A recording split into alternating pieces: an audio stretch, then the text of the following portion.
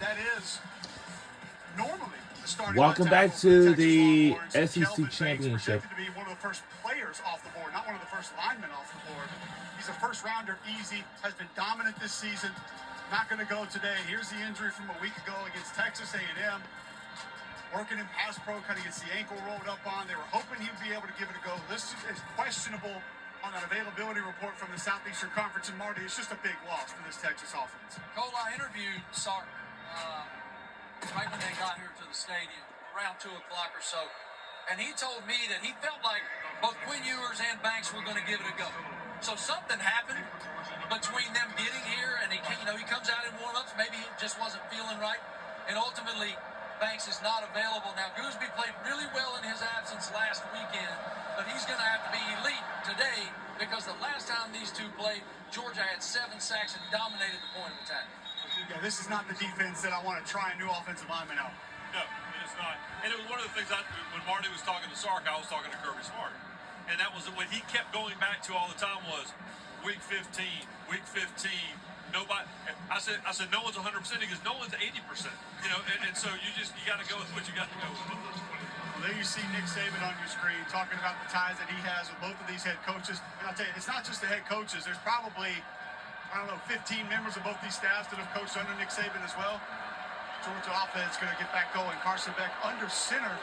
This is a young man that Georgia wants to try to get going today. Michael Taft on the tackle.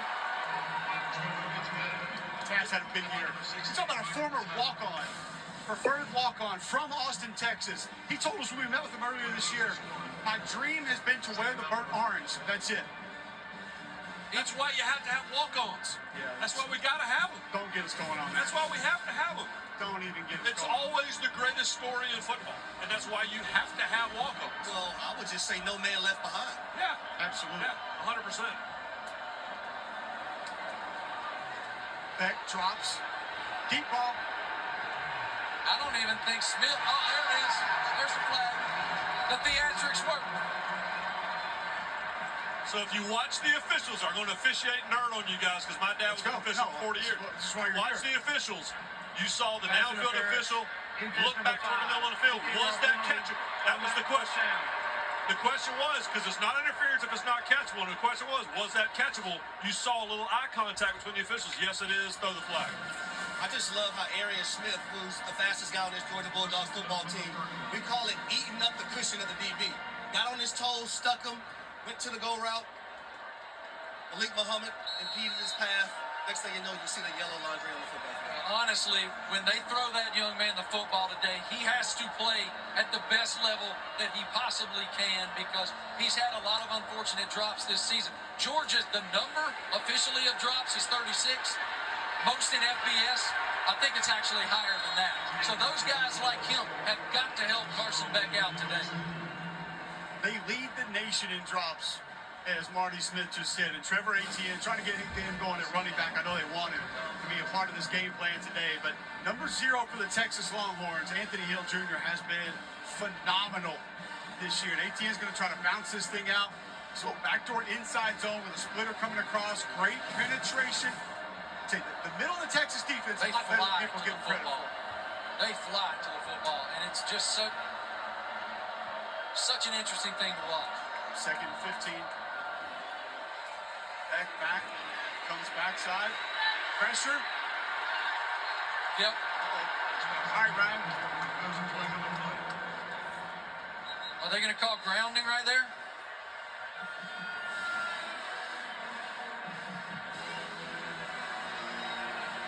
I think they're saying, did he get it past the line of scrimmage? Because he wasn't out of the tackle box, right? No, he was not. Who's the guy on that pressure? The guy that leads them in tackles, sacks, and also 2 fouls on the play. Personal foul, roughing the passer, 0 defense. Intentional grounding, number 15 offense. Penalties offset. Second down. Just the amount of focus from you through that entire process, Ryan McGee. Yeah. We watched the players getting up. We watched the coaches upset. I'm watching. You're focused on something totally different. I'm watching the officials. No, and I'm watching the officials because I know the conversations that are happening because when I would watch film with my dad on a Sunday after he worked the game, it was like, let me tell you what we were talking about. And so that's what they're talking. Was there a receiver in the area? No, there was not. So, all right, I've got this, you've got that. Now they offset. You got to understand, this was the Thanksgiving table discussion at It the was. McGee home. Exactly right. He's got flashcards for little McGee. Yeah. What does this mean? My dad literally in the living room, right? Here's the ottoman. All right, that's the safety. All right, my mom, mom, come over here. All right, you're going to be the corner. You're the wide receiver. My dad walking us through, halos on kicker turns and all that stuff when I was a kid. That's the house I grew up in. How old were you when you knew all the signals for the penalties? Like holding? Knew them all. 6, 7 years old. I had the sheet on my wall. Who were you? All right, when you were running through the den, when little Cole was jumping over the arm of the couch, onto the couch, and pissing mom off that you were ruining the couch, you got an incompletion. They're going to throw another one? Nope. It's called another drop, Marty. But I was Walter Payton. I was always sweet as going over the pile and using the arm of the couch as the pile, and my mom would be so pissed at me. Mine would change. There's some Christian Okoye in there. Yeah. I could never be Barry Sanders because I was husky. Neck roll. Back then we called it husky. Those were the jeans that I shot for when I was a kid. You wear tough skins jeans, Neck zero roll. throwback. Yeah. Harry Douglas, who were you in the backyard, in the living room? Who were you when you're playing football? Jerry Rice most of the time. There you go. Of course. Yeah. No, of course. Jerry Rice was the man. If you're going to be Being somebody, here in Atlanta, Deion Sanders too. Oh, yeah. This young Nice man pick. can bomb it. Man.